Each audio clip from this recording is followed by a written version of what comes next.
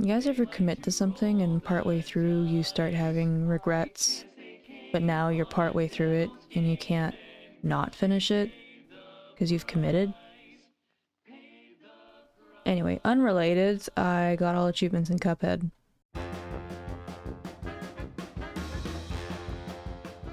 It wound up being a Steam profile flex for the low price of my sanity. And I'm gonna tell you guys all about how I did it. Let's get started. CUPHEAD is a notoriously difficult game with just fantastic art, a great soundtrack, spans a variety of styles. The game just oozes personality and is very different from anything else I've come across. You play as either the titular CUPHEAD, his brother Mugman, or Miss Chalice from the DLC. We'll be talking a lot more about her later on. These two plucky fellows got themselves into trouble after gambling their souls away in a game of craps against the literal devil. Not that one. That one. They make a deal with the devil to act as debt collectors in exchange for keeping their souls. The structure of the game is broken up into 3 separate aisles, a final boss area, and a 4th aisle for the DLC. Each area has several larger-than-life bosses to fight, some which utilize a plane, most of which are on ground level.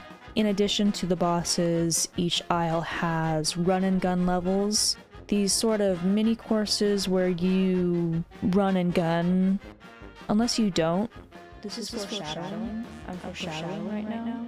After finishing a level or fighting a boss, you receive a grade for your performance. There are achievements for getting A rank on every boss in each of these areas, so as I'm going through, I will be trying my best to get A ranks on all of them. My first order of business for the achievement hunt is finish the game, bro. Just finishing the game on normal difficulty, it has an achievement rate of 16% on Steam, which is phenomenal. I did manage to get through the tutorial without issue, so my career prospects in game journalism are coming along nicely. But it is now time to begin. And I'm not ashamed to tell you guys, a bitch died. Okay, no. Yeah, I was a champ at dying. If dying a million times was an achievement, I would have nailed it. Along the way of dying and failing 100 times, I did start getting some side achievements. Taking names for beating a boss, cutting corners for this shortcut in aisle 1, ceramic strike for beating a boss with an extra special move, porcelain power for beating a boss with a super art. And I'm just gonna say it, EX moves are just a way better use of your power-ups than waiting for the super art. And I also got a couple of achievements involving parries. Definitely my biggest issue on aisle 1 was the frogs. The frog boys, Ruby and Croaks. These guys were super mean and they stole my lunch money. Once I killed all bosses on aisle 1 though, I unlocked a walk in the park. For getting an A rank on every boss in this aisle, I also unlocked Sheriff. This also then unlocks aisle 2, which has this cute carnival style, and a lot of bosses that I really enjoyed. Unfortunately, aisle 2 also has this dude. This goofy goober was a non-stop pain in my ass. He just was my antithesis. Every interaction I had with him, he totally destroyed me and made me question what I was doing. I had to go take a walk a couple of times.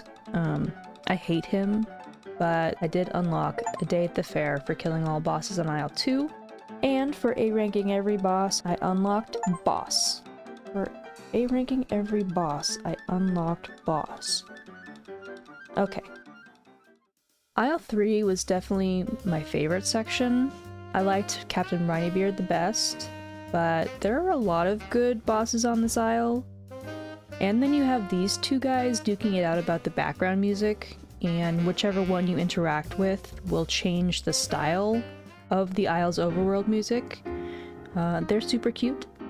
After finishing all of these bosses, I unlock a trip downtown. And for A ranking every boss on Isle 3, I unlocked Mayor. And now I reached the hellish endgame. Huh? Hellish endgame? Yeah. First, I had to deal with the gambling man himself, King Dice. He's pretty mad at the brothers because he had bet the devil that they wouldn't be able to collect all the contracts. And so now he is in debt himself to the big man downstairs. In response, he very calmly throws us into a gauntlet of his minions. Once I got past all the minions, and only then was I able to fight Blockhead here. The first time I managed to reach him, I died instantly.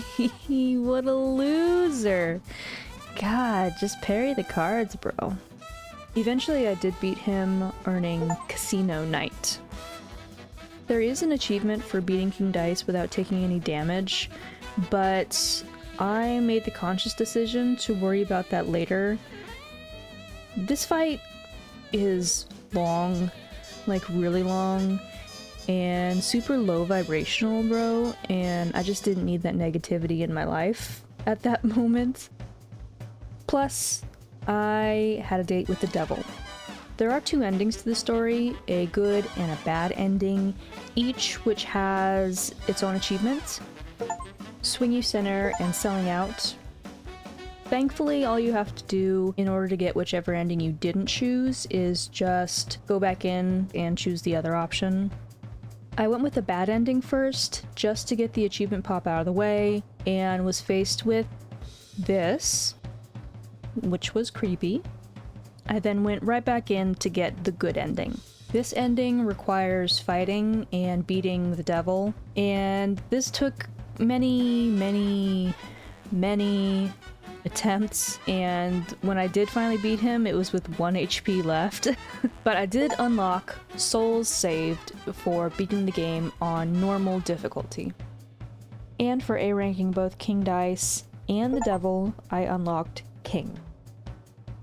The good ending has this cute little cutscene where the brothers release everyone from their contracts. They have some sort of block party. The Elder Kettle is super proud. It's very cute. But by my count, I've only earned 17 out of 42 achievements. So, it is back to the grind. Get it? Grind? Their mugs? Coffee? Alright, you get it. Second order of business is completing the achievements for the run and gun levels.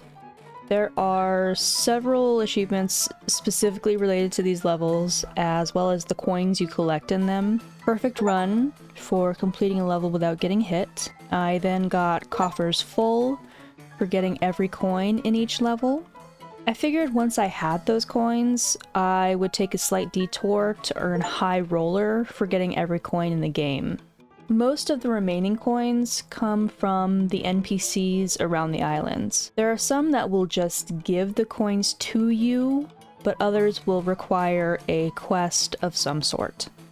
One I want to highlight is this juggling fellow on Isle 2. You can find him here next to this three-headed dork. He wants you to get 4 parries in a row before he'll give you his coin. There's also an achievement called Bouncing Ball for getting 5 parries in a row. I figured it made sense to go for these at the same time. The easiest place I found was in the mausoleums, where we get the super arts from the legendary chalice, who may look a little bit familiar. It was easy enough to do the 5 parries in here, and then I figured at the same time might as well get all the mausoleums done to earn Magician Lord. Once I had High Roller, it was time to go ahead and spend all that money at Pork Ryan's Emporium, earning Butter and Eggman for clearing out his shop. Also, I don't understand the name of this achievement. Only thing I can figure is because he's a pig? Maybe we're having breakfast? I'm not really sure. But with that, Run and Gun still has one more achievement, and it's a doozy. Pacifist for clearing all the levels without damaging any enemies. And this was the worst. It actually may have been my least favorite achievement in the game. What they all come down to is some, we'll call it creative platforming. The worst for this had to be Perilous Piers, with the stupid shrimp at the end just making me miserable. I mean, seriously, fuck these shrimp. What the hell did you just say? Eventually I did stumble my way across the finish line, and Pacifist was popped. Also, it has a 4% achievement rate on Steam, and honestly I think that's too high. We're all crazy here. This is a crazy thing that we do together.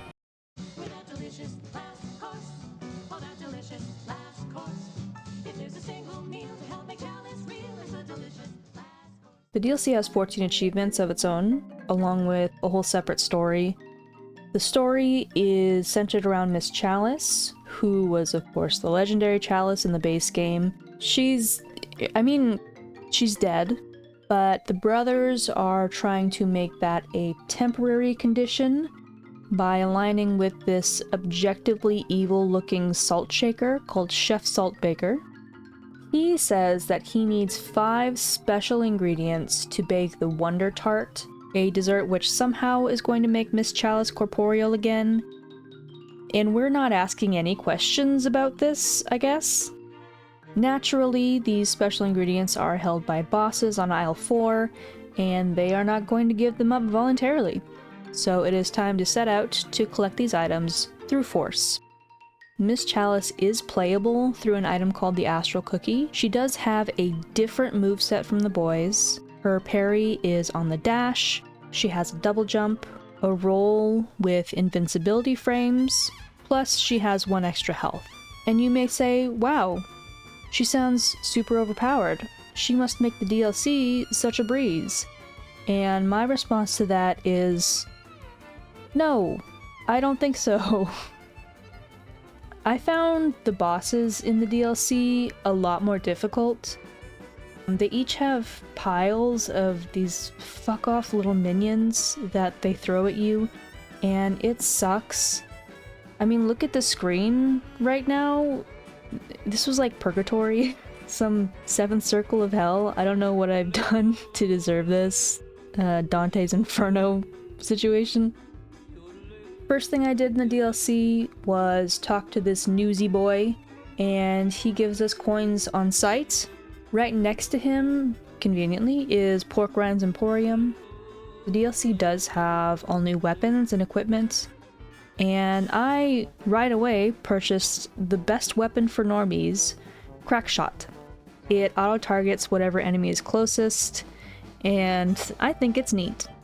After getting absolutely trolled by a snail, I eventually fought my way through all 5 bosses, definitely abusing the Crackshot, which did allow me to unlock a Vacation in the Wilds for beating every boss on Isle 4, along with the latest sensation for beating a boss with a DLC weapon, and Alive and Kicking for beating a boss with Miss Chalice.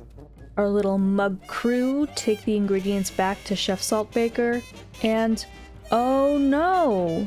He's a bad guy! Who could have possibly seen that coming? And now we have to fight the chef.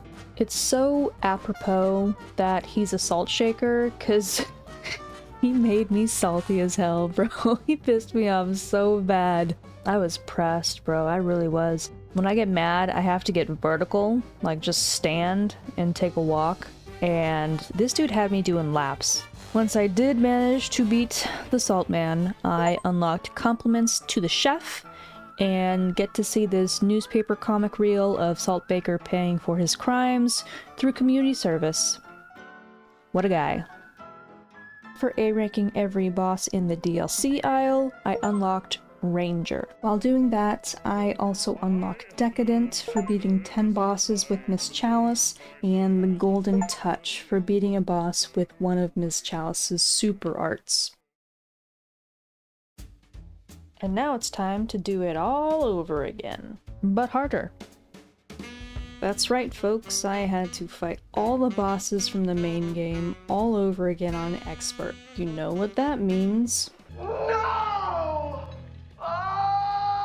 While going through that process, I needed to make sure to get an S rank on any boss, so I focused on the boss I found easiest. Good old Root Pack. And golly, I got a perfect score! There are some noticeable differences in specific bosses, Ribby and Croaks attacking at the same time in their first phase, Hildeberg summoning what seems like endless zeppelins, and Grim Matchstick having the clouds move the opposite way across the screen. And with that done, I popped Beat the Devil at his own game. Suck my nuts, bro.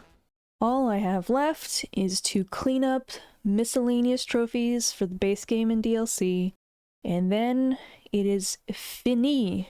Done. 100% will be popping any moment.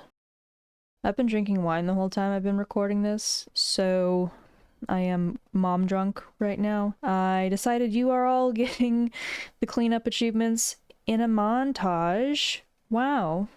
Enjoy.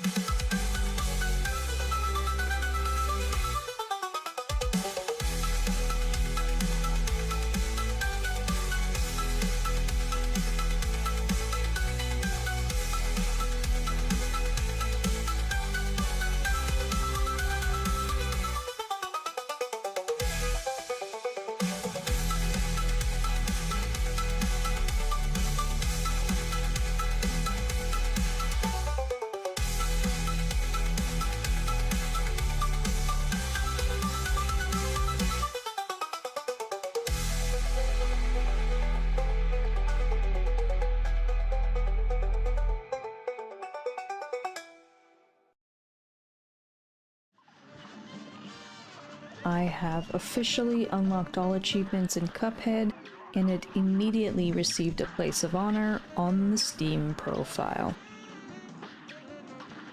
If you are curious just how many times I died in this, there's this awfully nice water creature in Aisle 2 who tracks deaths in the game. My sweet lord. 1,250. Listen, let it never be said that I don't have perseverance. Truth be told, I love this game. It is uniquely itself and unlike anything else I've come across. I actually can't get enough of it. It's the only game I've gone back to after achievement hunting it. I implore you, if you've never tried it or you tried it and quit, give it another shot. I don't think you'll regret it. But that's it for me. Until next time, drink your water, be nice to each other, and I'll see you later. Bye bye.